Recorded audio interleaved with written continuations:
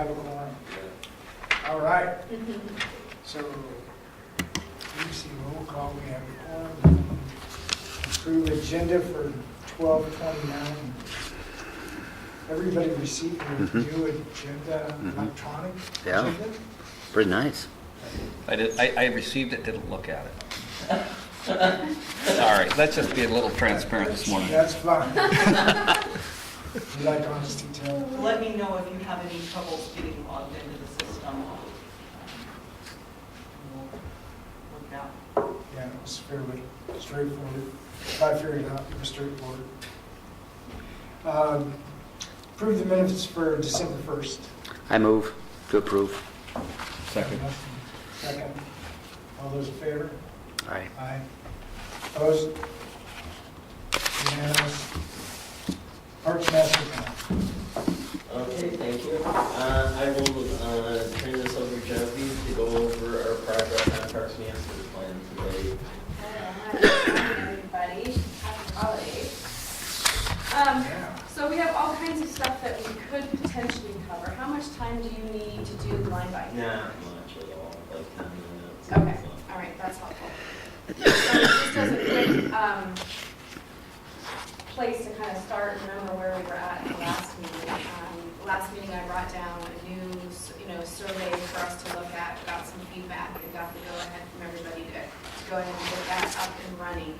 And the impetus for that was that Winterfest was right around the corner, and we wanted to get that survey out in front of folks at Winterfest, when we had the opportunity for a public event like that.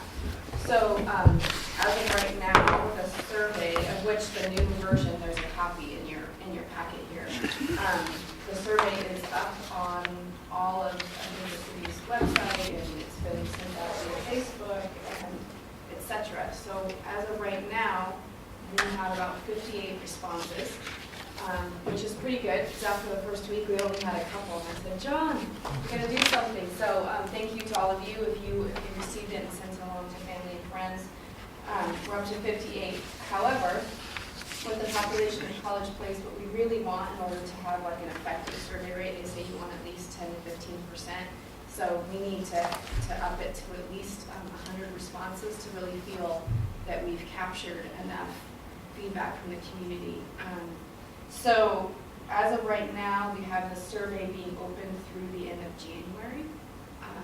I think that's reasonable given that we already have 58 at this point, but I just want to kind of put the plug out there that if you haven't had an opportunity to invite others that you know to do the survey, I think John sent it via email, you can just send that link on.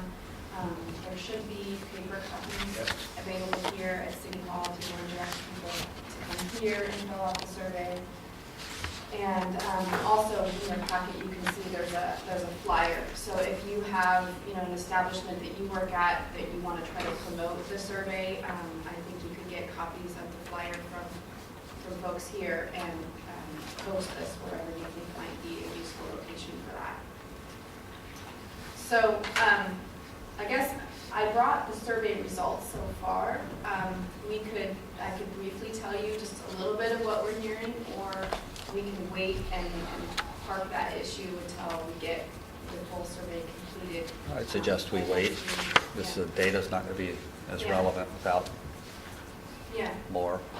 Okay, that was my feeling too, but I brought it just in case anybody was kind of curious. But overall, I think we're getting some good responses. A lot of the questions had opportunity for people to actually write in comments, and people are utilizing that tool, and we're getting some really good feedback that I think is going to be helpful in developing some policies and some needs for the city. So, okay, so we'll just stay tuned on that. By the next meeting is the 26th, right? So that'll be nearly the end of the survey. So assuming that we've got our 100 responses by then, I'll bring the results at the next meeting. What I really wanted to talk about today is a discussion about, let me pass out this map to all of you. I want to have a discussion about level of service standards. I'll explain this map. once I've handed it out here. I may or may not be here on the 26th of January. Just a quick look ahead there. Good morning. Your office.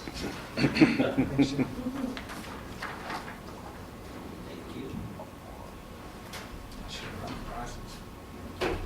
Okay, so It's the microscopic.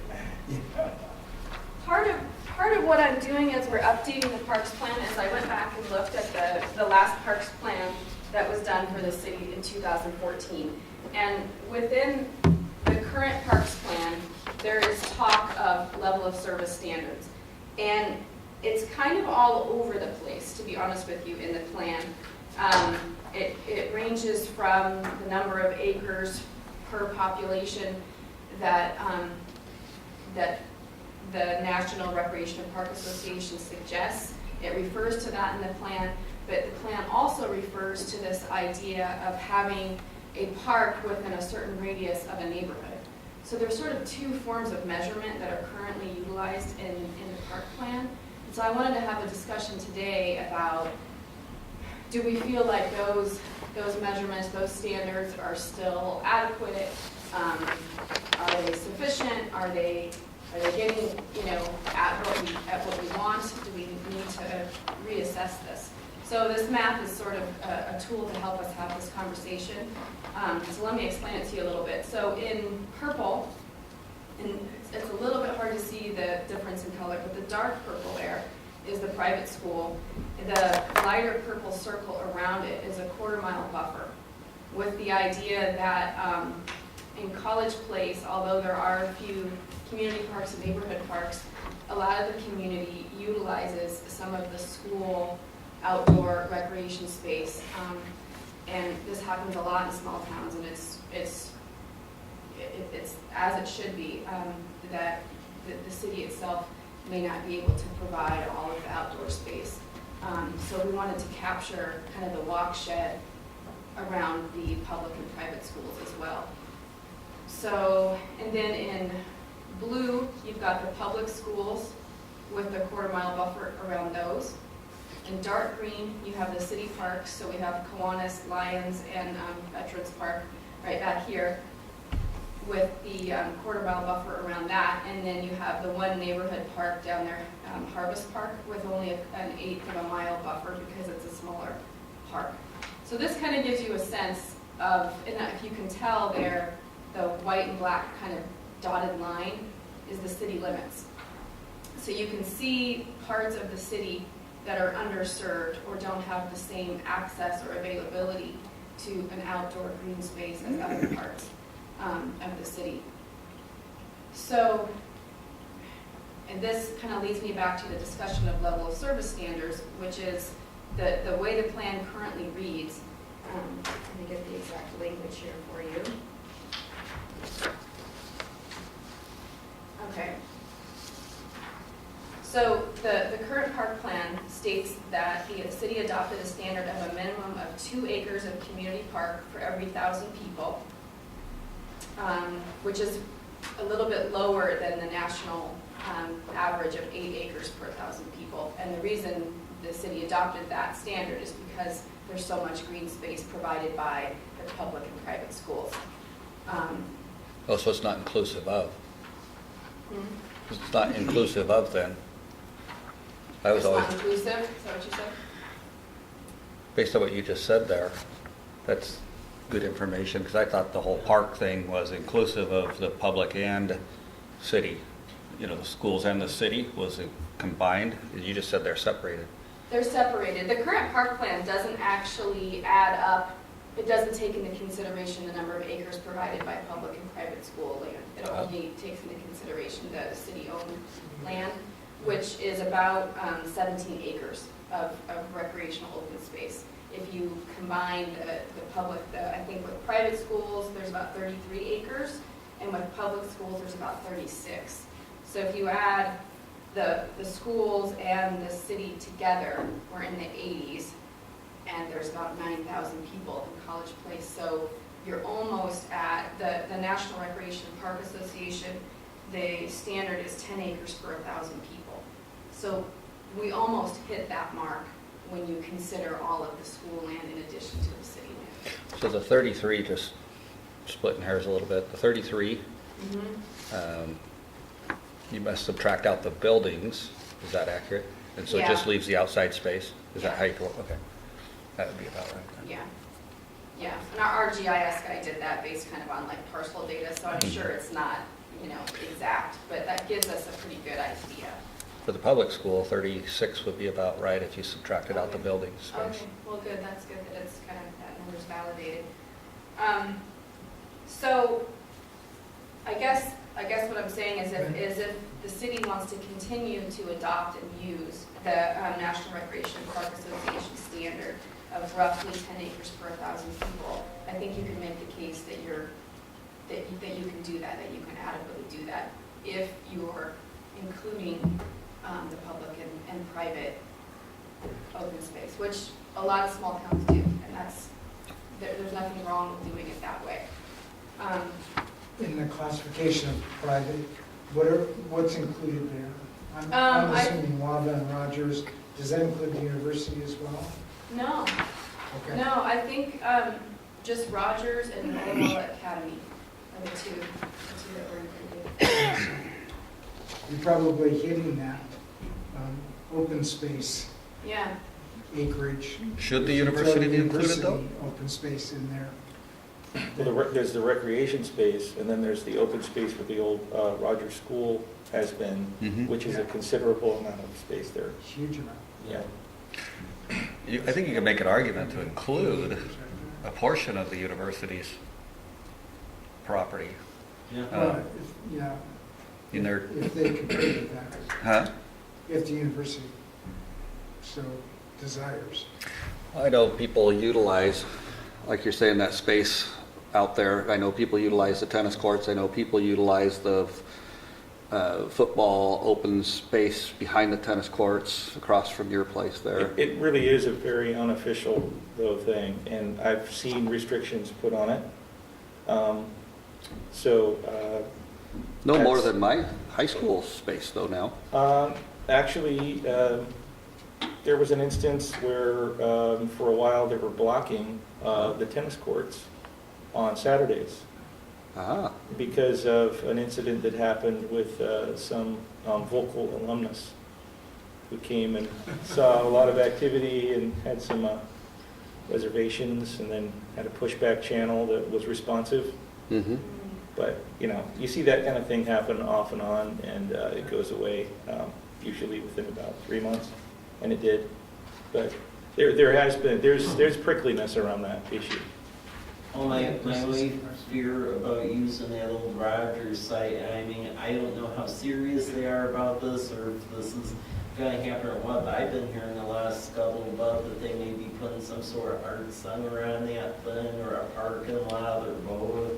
And it keeps changing, so it's hard to say, but I've been told in midterm not to be always counting on that to be shooting fireworks from, so. Yeah, that's consistent with what I kind of get back channel to. That has been a site potential for sociology department at one point, ages ago, parking lot for the church area. They've talked about developing other things. I think it might be a long shot to consider it, acquisition space potential. Maybe something in the interim, but certainly nothing permanent. I think their eyes are on it for development, Yeah, you can't count on it being green space right? forever.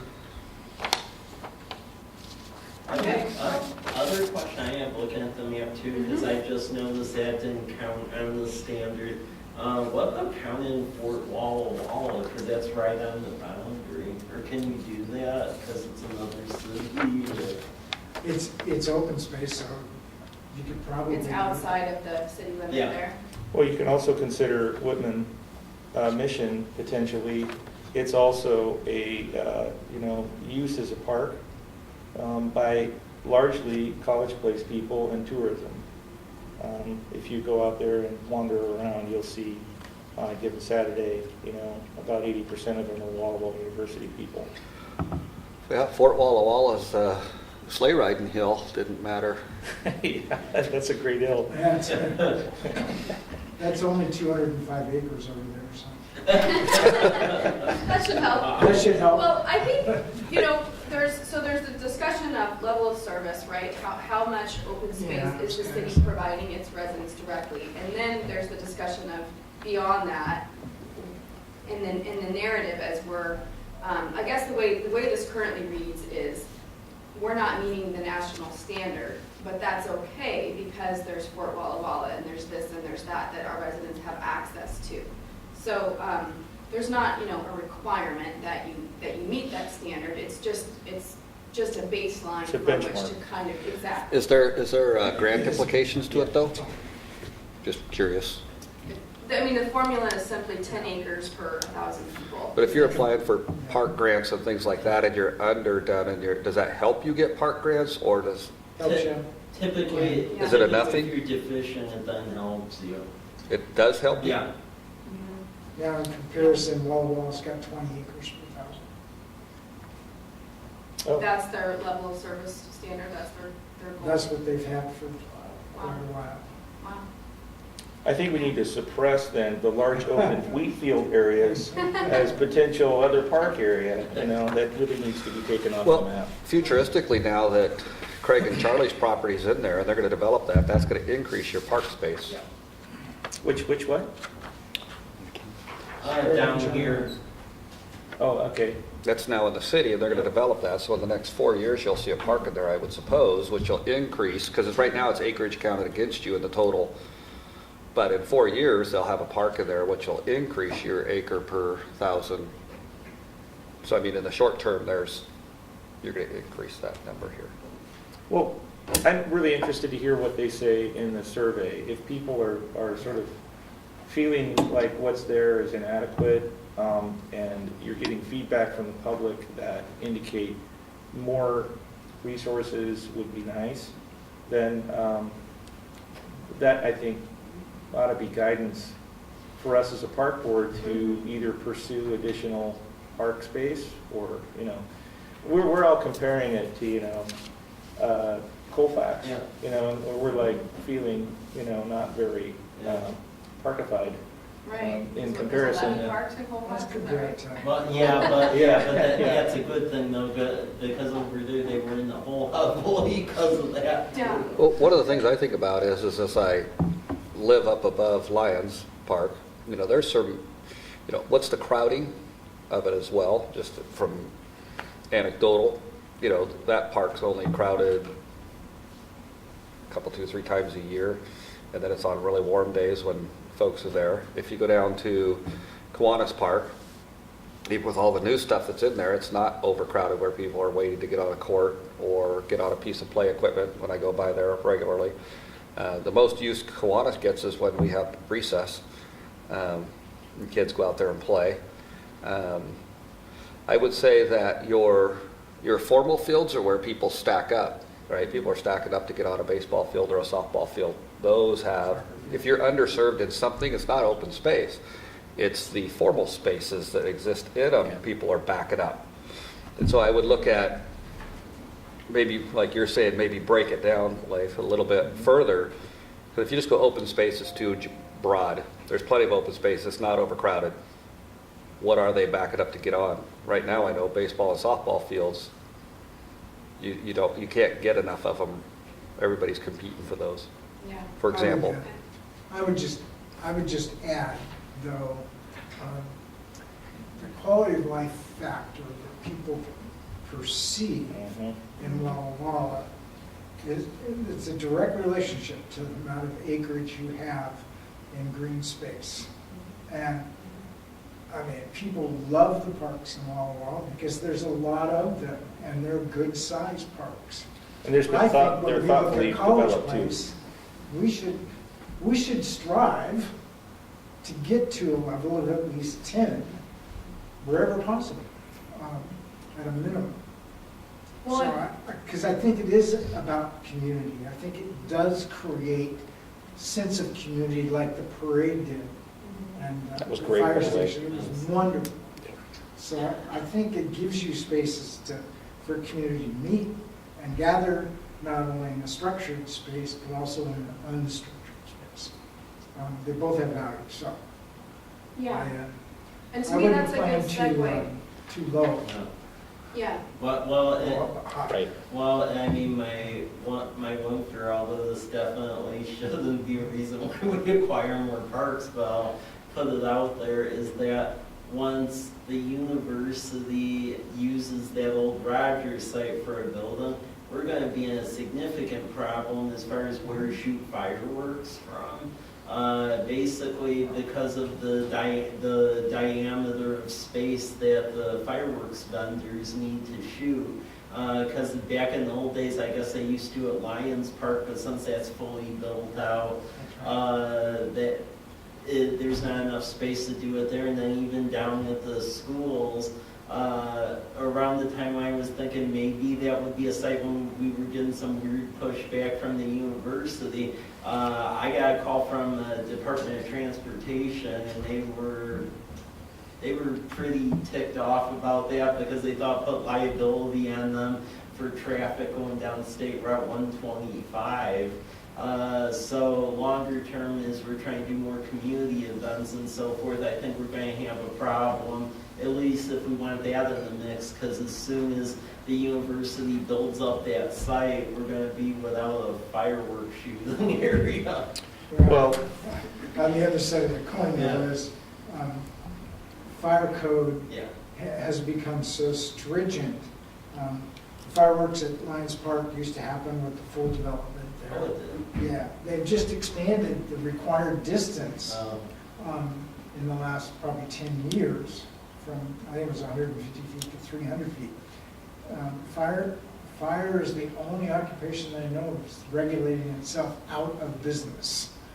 That is Their job. somewhat their intent. So you're going to eventually It's an get interesting way to say it. homes with sprinklers in them. Never thought of Those that. codes are coming. True. So I would say, I don't plan on fireworks Yeah. because I think they'll Yeah. eliminate them because of the danger, especially here in the 4th of July. I would wonder more about how long are we going to have access to more land under the Growth Management Act and running out of land that the city can acquire or retain. That's the big issue. You don't want to get into that position. You want to buy land ahead of time, not after the fact. well, Because well, dirt doesn't get cheaper. and Walla University is in acquisition mode right now, just so you know. I mean, they're buying up stuff. I've noticed. Yeah. And so is the school district, so. Yeah. So it's being hoovered up as quick as it comes available. Yeah. If it's connected in any way, they're buying it. So, well, one thing I Oh, wanted by to the point way. out, so yeah. just not to go over the survey results in too much detail, but certainly, and this was kind of expected, when, in relation to Veterans Park and Harvest Drive Park, no one really knows about where they are or what they are. So when we're adding up acres and we're talking about number of parks in terms of level of service, what the city's providing, yeah, it's there in numbers, but nobody knows it's there, you know. So I think there's an opportunity to certainly think about what the community uses and what they're aware of and what they want and what the amenities are offered at those two parks. Some communities expand their level of service to actually create some kind of point system for what the amenities are in each park, what the conditions are, how many visitors go to each park, and they use that to determine, are we really providing what the community wants and needs, rather than just a simple equation of acres per population. Do new developments, are they required to put parks in? Either that or give money in lieu of. And so is that what Hayden's doing? Is they're giving money in lieu of? That's likely what's going to end up happening. There was supposed to be a park over there. However, I would say they've had an engineering snafu, and most of the year it seems to be underwater, so I'm not going to accept that. So. Park Aquatic Center. That's pretty, Put a trail around the whole. Yeah. that's Splash pretty, pad. that's pretty much what it turned into. So, I mean, pretty much what we're telling them is they were gonna put like these row houses in on the edge of their development, and the choice that we're giving them and they're mulling over is pretty much either don't put those row houses in, keep that land for the park, or give money or go buy land somewhere else to give us a park. Right now in play is the southern half of that Toretta property. They've been looking potentially over there maybe toward maybe acquiring that, we'll see. I'm more of the opinion, I think we need a park over at that homestead development, just because from what was told to me by people living out there, it was sold like, I mean, it's not our problem really, but for a quality of life standpoint, it was sold under auspices that there would be a park there, and I keep hearing when's the park coming, and it's a bad situation when the park should have came underwater, so. Yeah, that's unfortunate, because I think that property out there has a lot of potential. And there's, of course, the tree. The tree, of course. The tree, which is you know, we could put in something really cool, like it's a Russian olive. It's a Russian olive. So I mean, it's the height of wonderful. I figure we could cultivate some maybe a line of thistles somewhere in there, and you know, make any kind of invasive species. Way longer An than- aviary with a starling, you know, section. That'd be awesome. But to the point though, is that is affordable housing technically, and it has a lot of kids in it. Yep. And it's not anywhere close to a park. So if you look at Harvest, you know, it's kind of isolated over there, but it is a park that kids can go to. They, all joking aside, they need a park there. Yeah, they because do. just the accessibility Yep. to get to it Yeah. and where it's located, it needs a park there. Two grandchildren, they do need. They need a park Well, and there. particularly if you guys keep the standard that says, the current park plan says that residential areas, are, you know, the intent is to service residential areas within a block or subdivision up to a quarter-mile radius of the park site. So essentially, residential areas should have access to a park within a quarter mile. Is the way the current park plan reads. So there's this idea of the level of service. Okay, we just need to make sure we provide this many number of acres of parkland because we have this population. So there's that standard, and then there's the standard of proximity and accessibility. Yeah, I think if And you they're marry, both in there right now. if you marry Jim's idea to that one, Mm-hmm. right?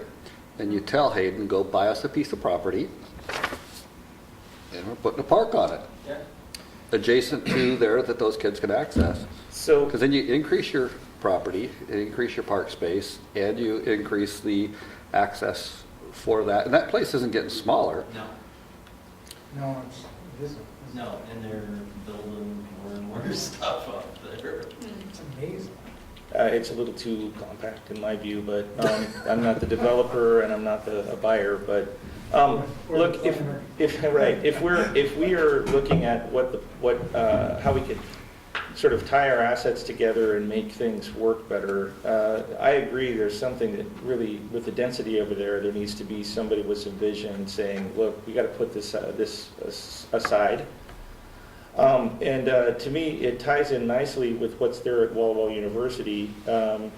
What would I think be a really smart plan and have some long-term vision associated with it would be to try to figure out how to string together some of the regional assets that we have, which are, if you start headed that direction, the end point in a trail system is obviously Whitman Mission. If you can tie Whitman Mission somehow together with Pioneer Park and a bicycle or walking path, I mean, that's a grand vision, right? Yeah. But that's the kind of thing that will bring tourism eventually. And if you can tie parks together, if you look at how Fort Walla Walla lines up with our other parks, Lions Park, or with if we could somehow, we talked about, I remember mentioning this, or we talked about this, the bike park, or the bike trail coming, like doing a tunnel underneath Myra, somehow getting to cross that road, because that's a major obstacle for anybody who's walking. If you could tie into the nature that's there at Fort Walla Walla, and then come across into College Place, utilize some of the bike trails that exist, tie together things that are our parks. And then if we could somehow skirt the edge of that hill when you get through the Walla Walla University property there on 4th Street, maybe come along that edge somehow, hit another park, the Thistle Park, I'd like to call it, Thistle and Olive, Thistle and Olive. in Russian olive, yeah. Canadian thistle, make it international, it's Canadian thistle. Yeah. Not just any thistle. Yeah, well, they're invasive species. They're coming from other places, right? Okay, Exactly. it's an international park, and then somehow cut out and get into to Whitman Mission. I mean, that would be a crown jewel. You look at what happened, like in a place like Tri-Cities. They've got a river circuit that goes around. I mean, people ride it. I know people who ride to work on that trail. Because it's a great place to be, and it ties together different places in Tri-Cities. If we had something like that, a plan to put that together and kind of string, parks like pearls along that, I think it could be an amazing thing. I think you could run, actually, my vision a long time ago was Brooks Park to the Mission, There you go. along the creek, Yep. and it would be ideal. Yeah. There's a lot of stuff talked about inside Walla Walla for improvements along Mill Creek, and then actually into the county property as well. I think that's all going to happen for flood control purposes, and so we need to be prepared to regionalize, as what you would say, and I would 100% agree, and creating connectivity between the communities versus this Trump border wall. Yep. Right. Isn't that what that U.S. Park Service engineer guy's working on with? Yeah, so that'll be given to this board to look at and ultimately approve, because that really, based on the amount of public input that things received, that should be the guide and bike plan. But there's a Blue Mountain Regional Trails plan. The Community Council was spearheading with the U.S. Park Service. The draft of that is coming out next month. Wow. Yeah. So they're playing with that same that's why I said listening to That's you awesome. two. Yeah, same. Community Council is playing with that right now Yeah. with the U.S. Yeah. Park Service. Love it. And they've gotten a ton of public feedback on that. So really our plan is for that bike portion, hopefully to adopt that by default, because that is the regional vision, and then go along those lines. And we can incorporate that into the plan, if there's pieces of it Yep. that go through College Place that, as a city you can support or help to enhance, we can highlight that in the plan. And the critical issue is the government and governmental agencies agreeing to work together on Yeah. funding it or maintaining it or whatever. It's just got to be less than ownership. It's got to be regional. Yeah. So just to keep going a little bit on this topic of level of service, so there's the idea of acreage, and then there's the idea of amenities within each of the facilities. And the current plan, so the national standard, not only do they have the number of acres just per population, but they have the number of facilities per population. So for things like softball fields, the kind of national standard is one for every 5,000 people. So I can just kind of read you the list and how College Place is meeting or not meeting that standard. For softball fields, so the standard is one for every 5,000. Currently, and this is me going off of a 2014 plan, Okay. so if I'm missing something, let me know. I can tell you. Okay, so it says here the current supply is 1, and the need based on the population is actually 2, so we have a deficit of 1 for a softball field.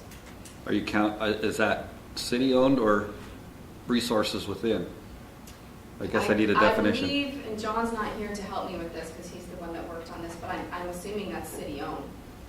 I would assume And in that older plan, at least the way I was reading that, a lot of the counts were city We're city owned. So So if we were to your look softball at- field's at Kiwanis, your baseball field's at Lions. Yeah. So you have one of each. Yeah. Okay, so this is. If you don't count the school district, you have one of each. Yeah. If we were to count the school district, Then we'd what would be we neat. have? You'd have 2 softball fields. And you've got 2 at Walla Walla University. One of them's fenced off, but one of them is open. Actually, there's a third one too over on the old site that there's a backstop and everything going on. So there's really 3. on Walla Walla University. Okay. Plus, let's see, does Wava have one? No, they don't. Wava doesn't have one. And Rogers doesn't. Yeah, they do. Yeah, they do in the back. They've got one in the back. Yeah, we do. They Yeah, have a baseball field. baseball Yeah, field. because when I went to inspect that wonderful tree, Yeah, you went right I past it. remember. They're trying Yeah. to, so they're working on their baseball field. It was less than, Joe Rigolato and the coaches and stuff started working on their baseball field pretty heavily there to make it playable. And soccer They as have them, but they're not playable.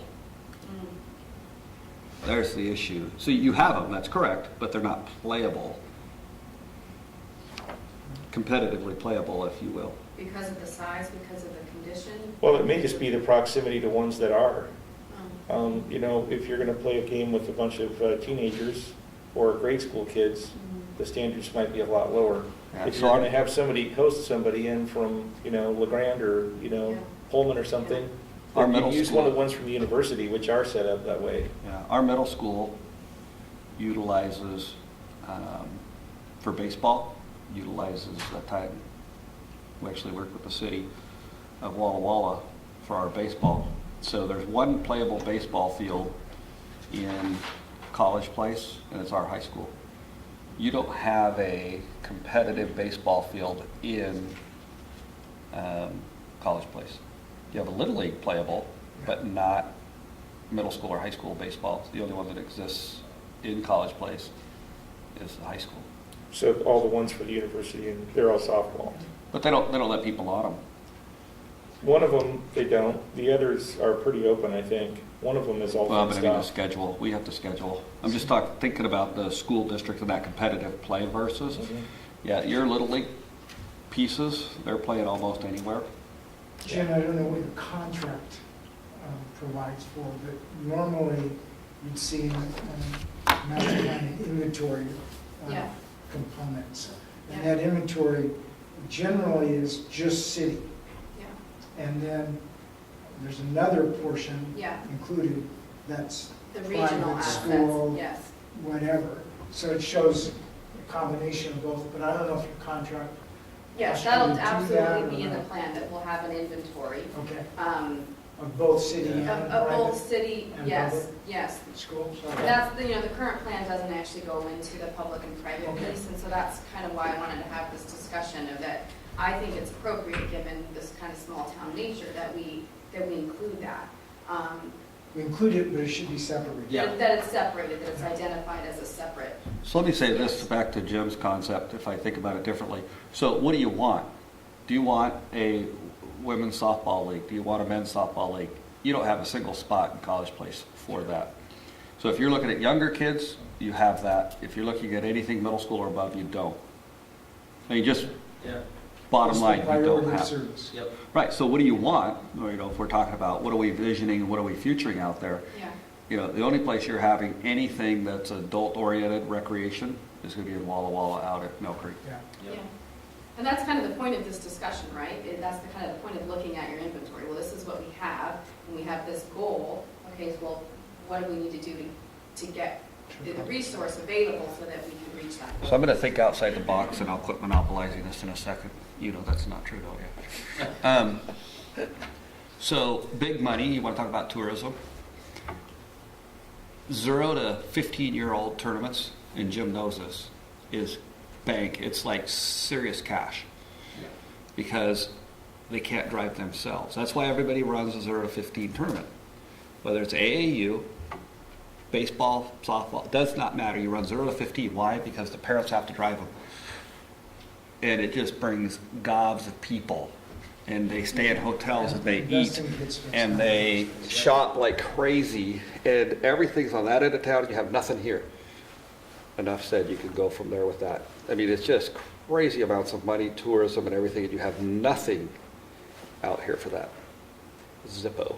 Yeah, I mean, for surface level, that's really what I would like to see, where we could get assets like that, because when I was in Colfax, that's how we geared our power plant. And the amount of people that would be bringing their kids, aunts, uncles, and the amount of money spent even in that small town with the limited stuff we have over there was ridiculous. Walla Walla runs one softball tournament that I know of that used to be pretty big.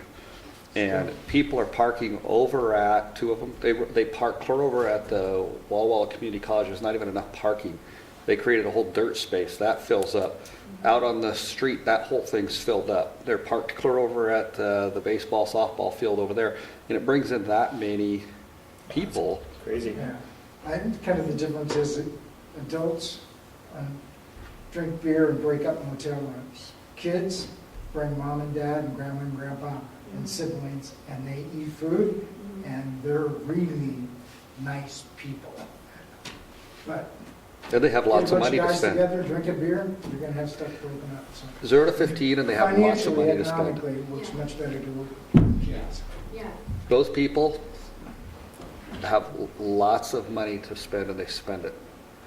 You can't do a softball, baseball, AAU tournament on a weekend for anything short of $600-700. Oh, yeah. Just can't do it. Well, Disney understands this, that when you have your kids and you're creating a memory, you spend money like crazy. And that's all it's built on it. I mean, if you want a good marketing lesson, visit Disneyland.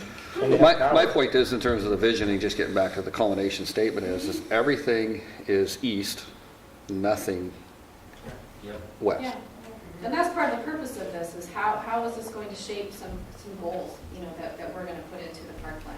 Is this a goal? It doesn't mean that we need to necessarily be able to spot the piece of, the parcel right this minute, but this plan is, something that's looking out over a 20-year horizon that won't be updated again for maybe another 8 years.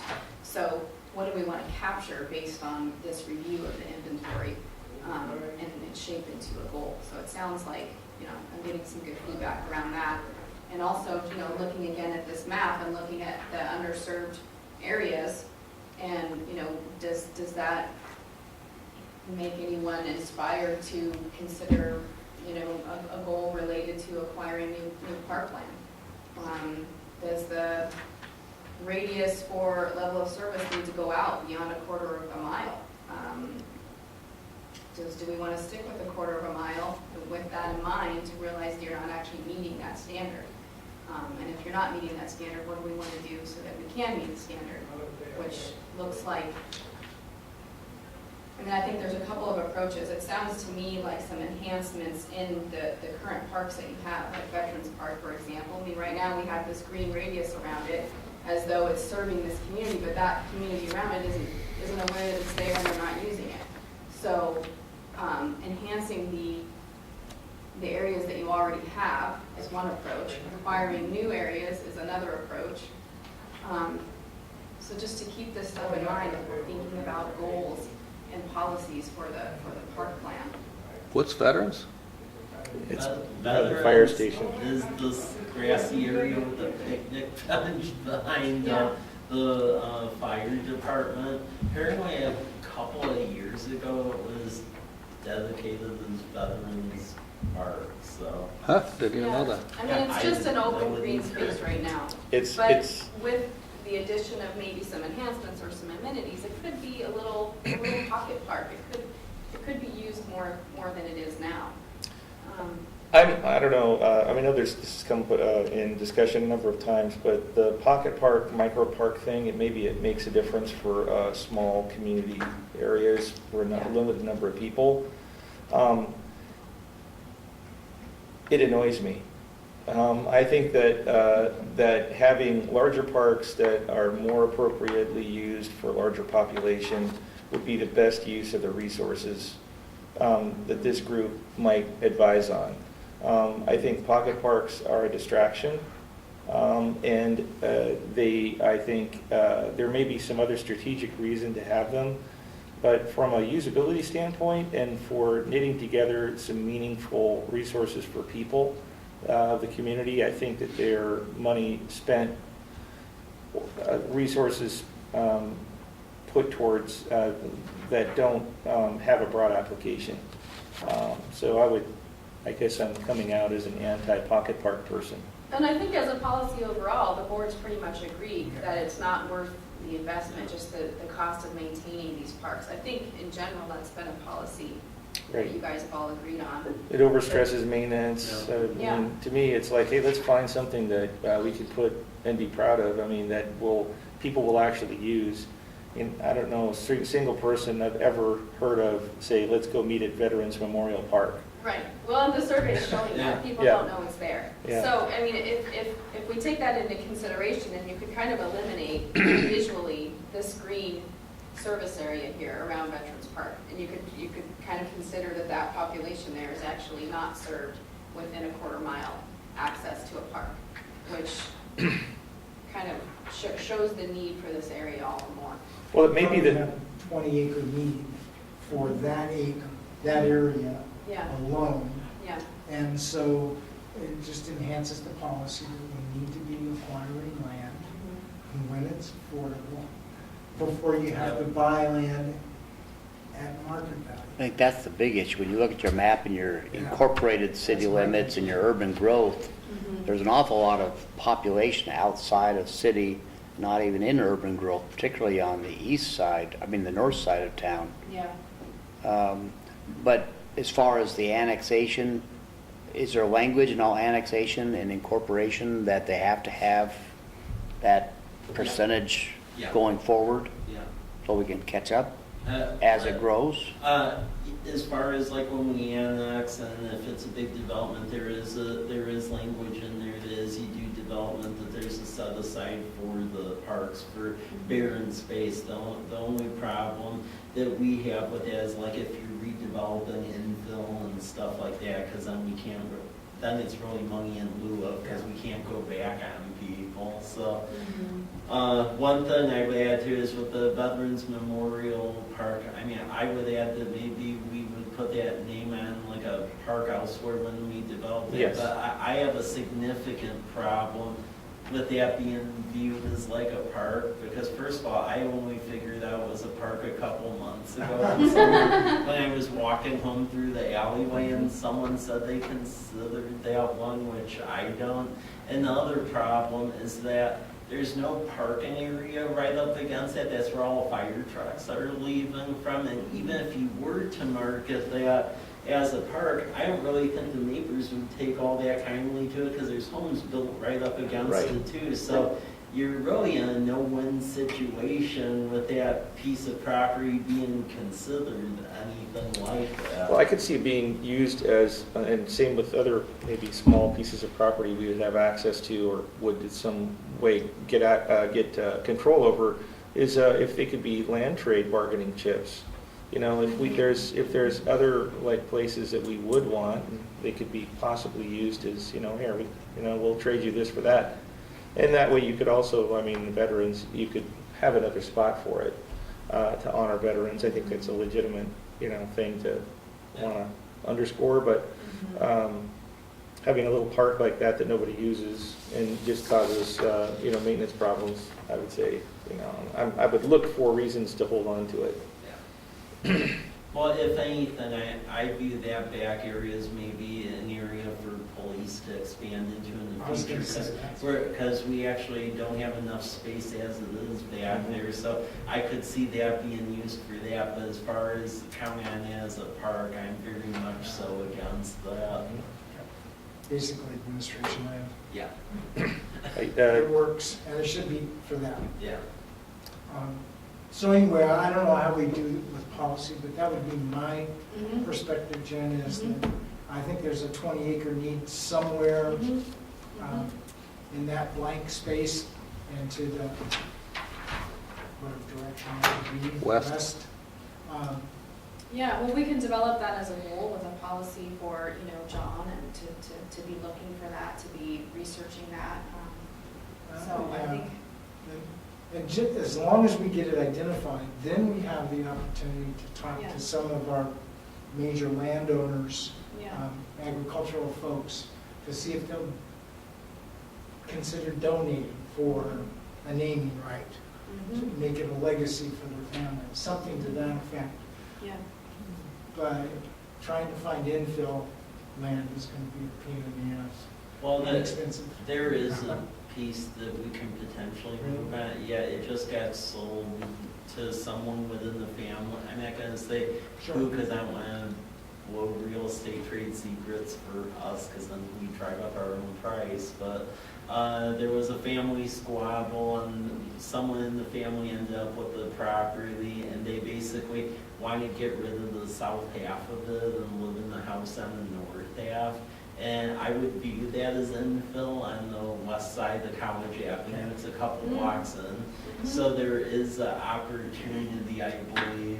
Now, they wouldn't want to, from my talks with them, they wouldn't want to give it for free, but it would be significantly discounted.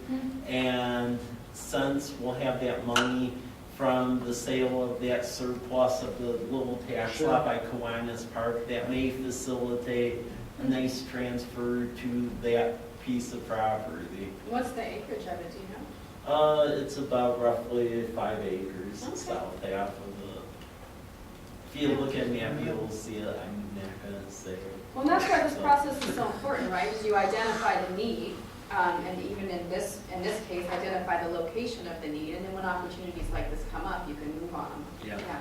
So, well, that's great, guys. I'm trying to be aware of our time. You guys need to do your line bike piece. So I really just kind of wanted to frame this discussion of level of service, because the current park plan is kind of going at it in two ways, both in acreage and in terms of accessibility within a certain radius. And I think they're both totally valid, I don't know that we've come to a decision on if we want to keep it the way it is or not, but I just wanted to get you thinking. We can revisit this when I come back next month. And also, just to really quickly touch on last month when I was here, I left everyone with a copy of the goals and policies. I don't know if anyone's had a chance to review that, but if you have thoughts about it or ideas about it, please feel free to email me between now and the next meeting. But that's going to be probably, I don't know how we're going to get to all that in the next meeting either, because we'll have the survey results by then. But I'd like to have a discussion about goals and policies. And so I think a lot of what we did today is kind of helping you consider what could be framed in a new goal or policy, or what needs to maybe be amended. So that's kind of an idea of next steps. But I appreciate your guys' feedback very much. And again, remember to get the word out about the survey. We need about 40 more responses. So I did take that. you did good. Didn't review my agenda, but I did take that. Very good. Send it out to all your teachers. Well, don't you want just college? I saw there's Walla Walla. You're interested in Walla Walla people taking it? Or you want College Place people? Well, I mean, primarily we're trying to target the residents of College Place, but the reality is with Walla Walla being so close that people in Walla Walla are using College Place Park, so their opinion is still valid, but the target audience is College Place residents.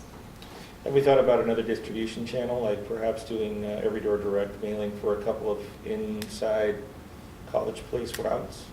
That might be We talked about it, so we're also doing a survey for the entire comprehensive plan update, and so we're trying to not overwhelm people with too many surveys. And the comp plan survey is much more robust because it's talking about all kinds of issues, and it does have a few park questions within it, so there will be some overlap there.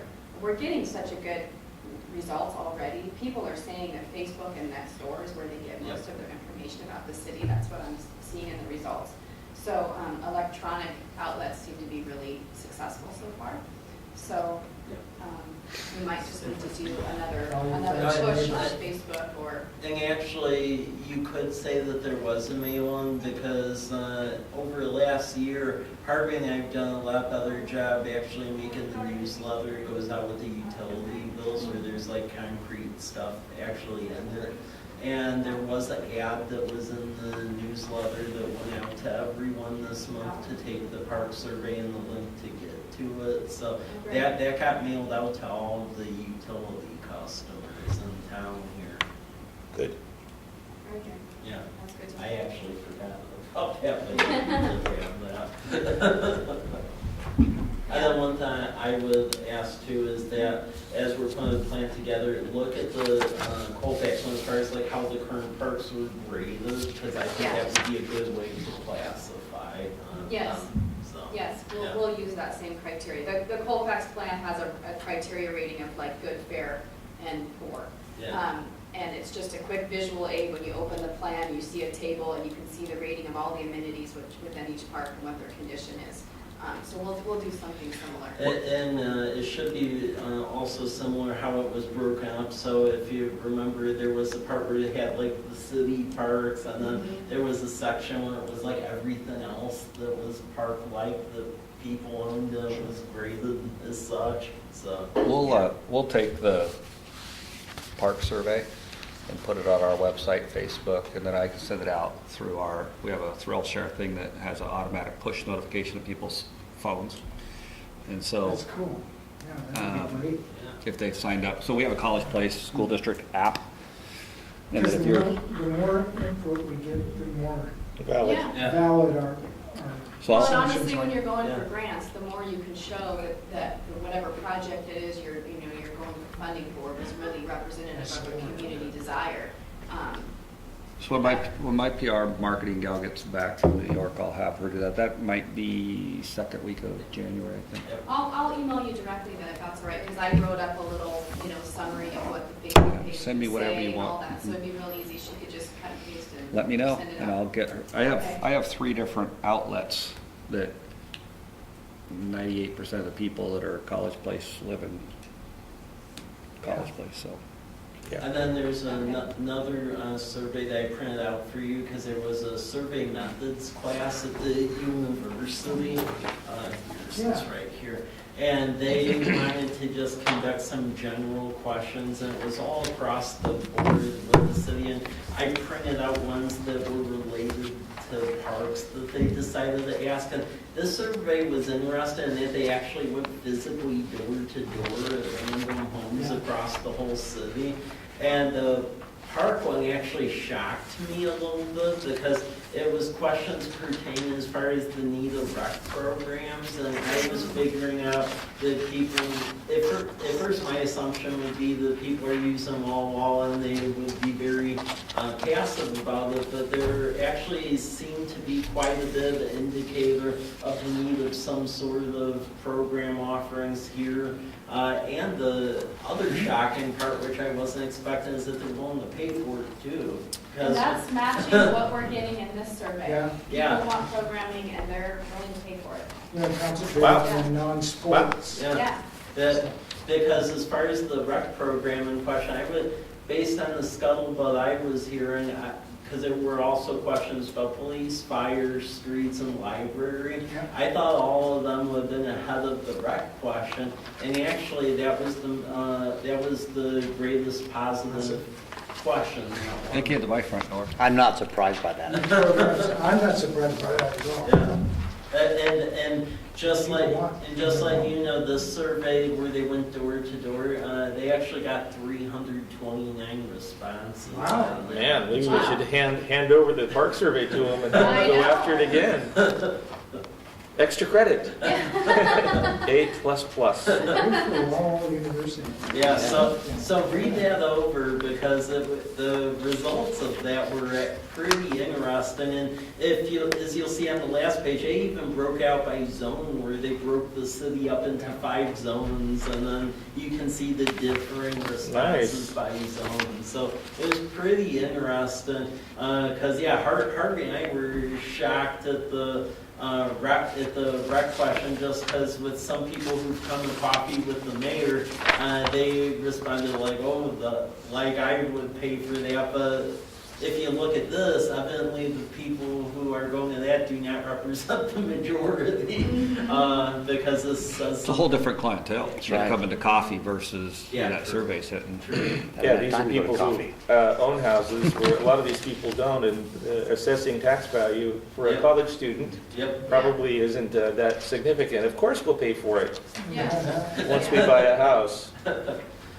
So please look that over, and should inform our discussions in the future. Last thing, which I wanted to get through this meeting, so that way the next meeting we could fully dedicate to the park plan.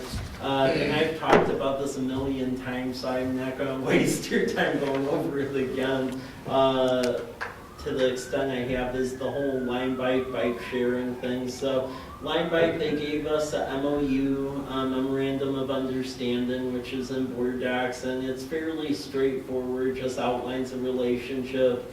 That they would follow all of our ordinances, use our right-of-way to place bikes, and make sure it doesn't block the pedestrians.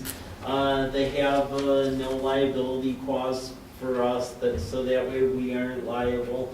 Line bike, they cover the repair property damage by their equipment. Line bike wants to be exclusive operator bike share within the city. They are open to the number of years though, so they're open to whatever, so we can tell them what we would like.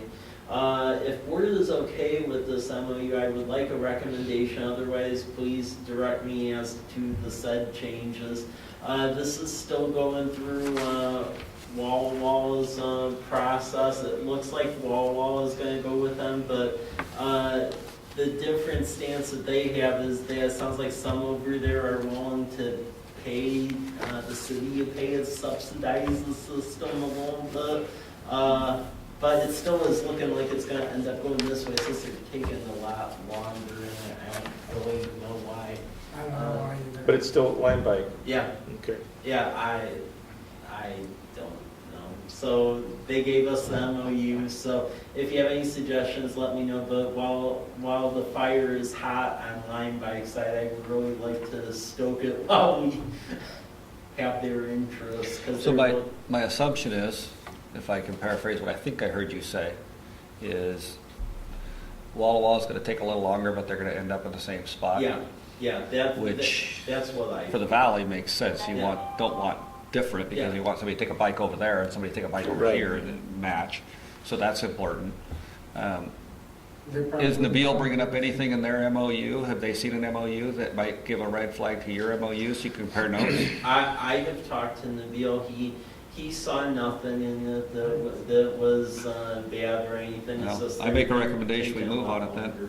Yeah, I read it. It looks like it's a standard. It's the standard. You know, I'm sure your attorney, Yeah, and How she mu- said it was okay. How many years will be settling on? I mean, what I would recommend is I would say, I think 2 for the initial term would be good, and that's what I would push for.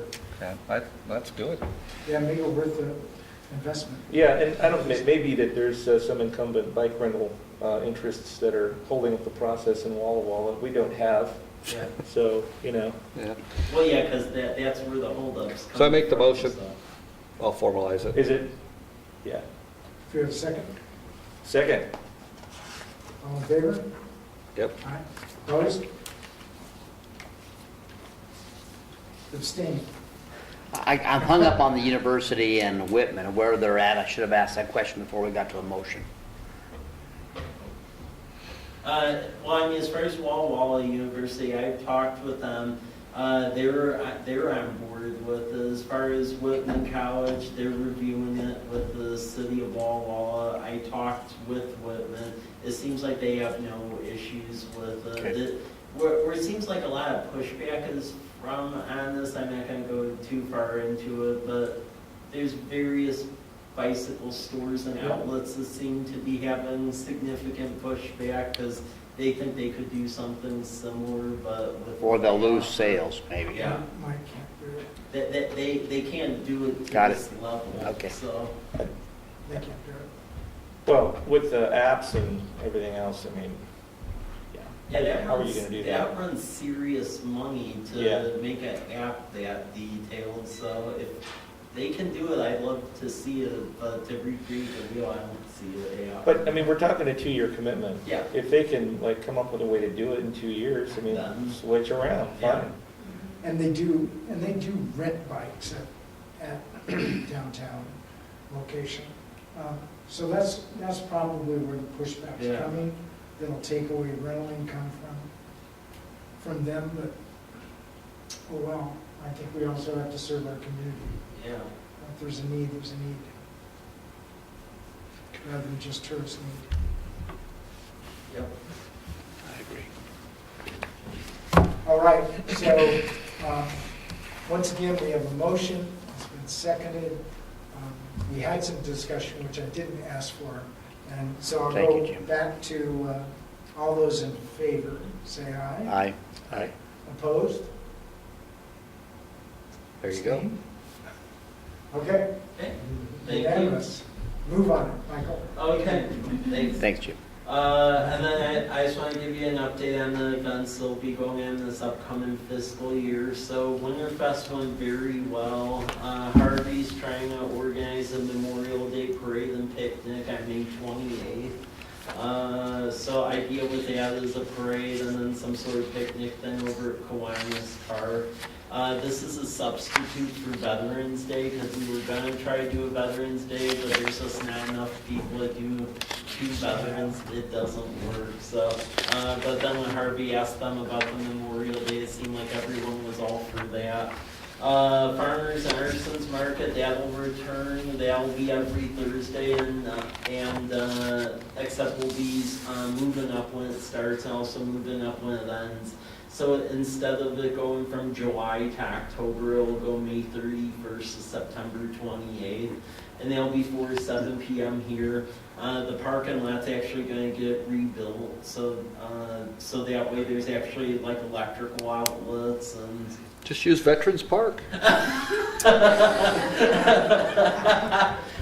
Couldn't help myself on that one, Randy. So the parking lot's going to be rebuilt, have electrical outlets, and we're actually going to put trees and like greenery up here so there'll be shade because there was a lot of complaints the last time that it was a heat island. Independence Day, that'll be July 1st, and we'll do fireworks for that. Halloween, we'll bring that back because that was very successful with the businesses on College Avenue and the campus here. They'll be October 31st, 3 to 6 p.m. And then Winterfest will return, and they'll be on December 6th from 5 to 8 p.m. Pretty much the same layout as what occurred this year. So with that, next meeting is January 26th. And I'd just like to thank the committee for those of us that were able to judge for the parade. It was fun. Again, great jobs to staff. Thanks. It was a great turnout. Yeah. I second that, by the way. No, it really was amazing. I was just astounded at the number of people that showed up and the participation you got over at the fire station. Yeah. I was like totally, wow, I couldn't Didn't believe it. feel like college. Not at all. No, they really didn't. I was really proud that what happened, and that, yeah, it was great. And I think it's really very smart to like have, if there's, the parade do it after and close to the one for Walla Walla. Yeah. Because what I heard was people liked coming over here to be able to throw candy. Yeah. They couldn't do Yep. that in Walla Walla. So 2 thoughts. I had a number of people tell us that, hey, if I got a float already ready to go for one, I'll just keep it intact for the next. Yep. And so the proximity is really important. I heard at least 5 different places, and now if you can get that calendar to be regular and people Yep. can count on it, it's exactly what they'll do. They'll keep it intact and run it here. And so that was really smart. The thing that I noticed was the multi-generationalness of it. And everybody across the generations was happy with it. I mean, from my girls and boyfriends and kids from College Place High School that enjoyed it, enjoyed being in it, enjoyed watching it, to, there were senior citizens there that thoroughly enjoyed it. You go over to the fire station, you listen to the feedback, multi-generational again. This was an ace in every way, shape, and form. Well, the university's 125th, I think, was Yeah. instrumental Yes, in that was sort a of great bringing in like sort of a university sort of theme of the birthday. If there's a way, obviously it's not going to be, it's 126 next year, but if we could somehow, make them interested in having a celebration of their birthday. There's sort of a self-promotion interest to it. We probably won't get the same level of participation from the university, but having somebody there, like the song thing, I think Yeah. went over really well. Yep. All the cupcakes and all the stuff over there, the goodies. If the university wants to step into the community realm more, that is a really terrific opportunity for them. And I think it added a lot to the, College Place community. Maybe a little less sugar next time. All right. I didn't get to bed until early. And then one thing to add to, just as far as connectivity of parks and everything else, when you have a chance to drive around town, take a look at the new wayfinding signs that are Yes. up. So, and they aren't all up yet, that's just some of them. So luckily for what we had budgeted, we basically spent about a fifth of what we had budgeted. Instead of just College Avenue, we got the whole city done. So it should be fully up, I'd expect by next month. We also paid the Department of Transportation some money because wayfinding off of State Route 125 was horrible, to say the least, where it didn't really say where anything was at. So, but they wouldn't let us put up our nice signs, so the trade-off is that they volunteer to pay 2/3 of the tab if we went along with what they wanted design-wise.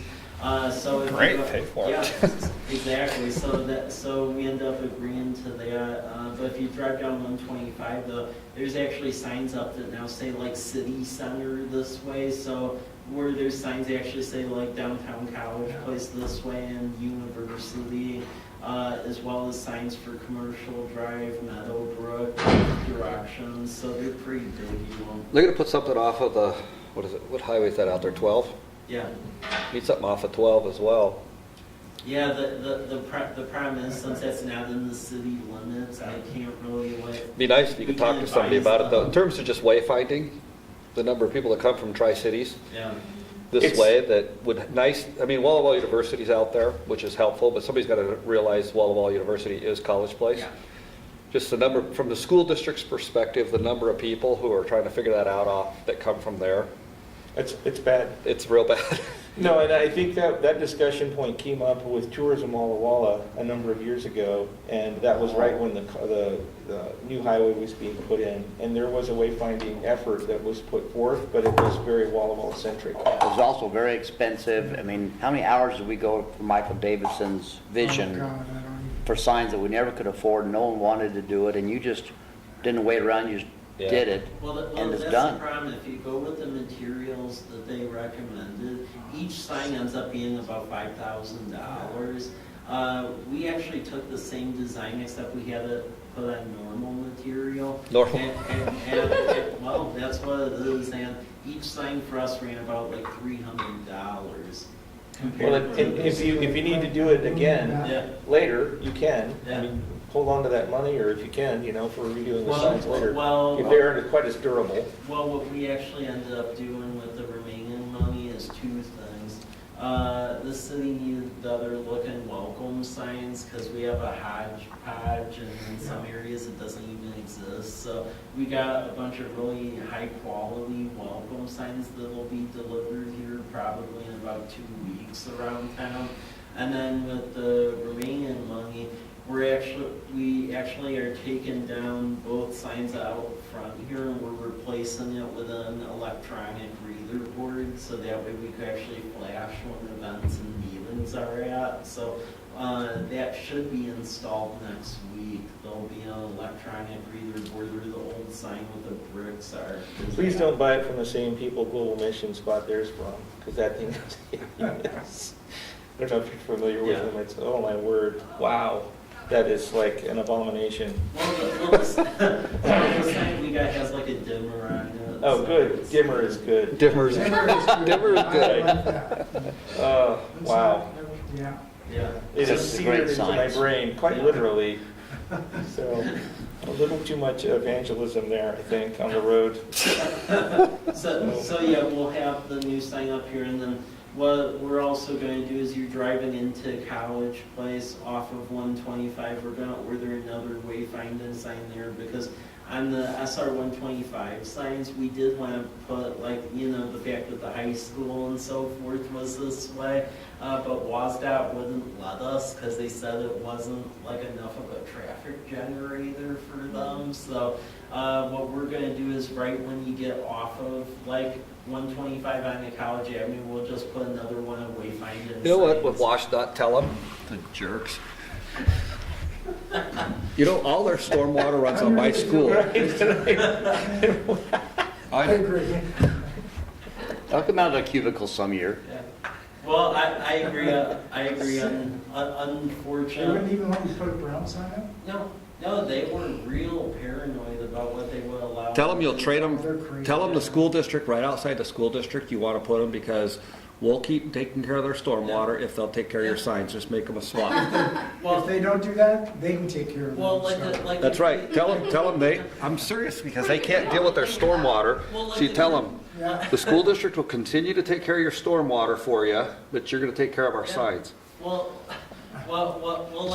like the crazy thing with the welcome signs, for example, I thought it would be normal for them to allow us to put it We like pay our on the salaries. right of way as you're getting into town. They refused to let us put welcome signs even straddling their right of the way. So I actually had to get basically letters from people near the border saying that they would allow us to put it near on their land because Wastow was so paranoid about putting a welcome sign on their land.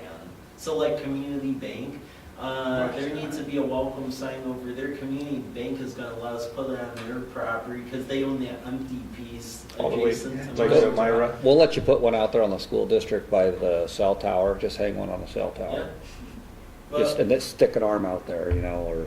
Well, yeah, I mean, that's what we're looking at, because Wastow, they do not really. Well, they cooperate. have so many regulations. I mean, yeah, well, they're kind of, maybe The they're. co-op owns that all the way to that light. Yeah, The co-op owns that, and they're gonna have no problem. They can't do anything with that piece of property. yeah. And they'd probably allow you to put something out there too. But I'm absolutely serious, when you're talking to WashDOT, you tell them, you know what? The College Place School District will continue to deal with your stormwater, but not if you keep playing like that with us then. Well, I'll talk with them when I meet when I'm in Olympia in a couple of weeks, because I can mention it, because I was still gonna mention it to the director, because I still don't think it's cool, their stance on the welcome signs and the other wayfinding. In fact, one of the wayfinding signs, what we're doing, because they wouldn't allow us to put it up on their right of way, is we own that little chunk of property at the end of Large Street. We're basically gonna put the sign up on our property, right on the other sign. It's the little parklet, the parklet sign. Yeah. Yeah. Yeah, we're putting like a giant sign over there, because they won't Just allow got us to me. go on their property to do it. Yeah. You know, they want to create all kinds of problems as long as it does for everybody else. They're gonna. ODOT's a way for, right from through. That's, Leif, do you have Too bad. a second after this? you bet, yeah. By the way,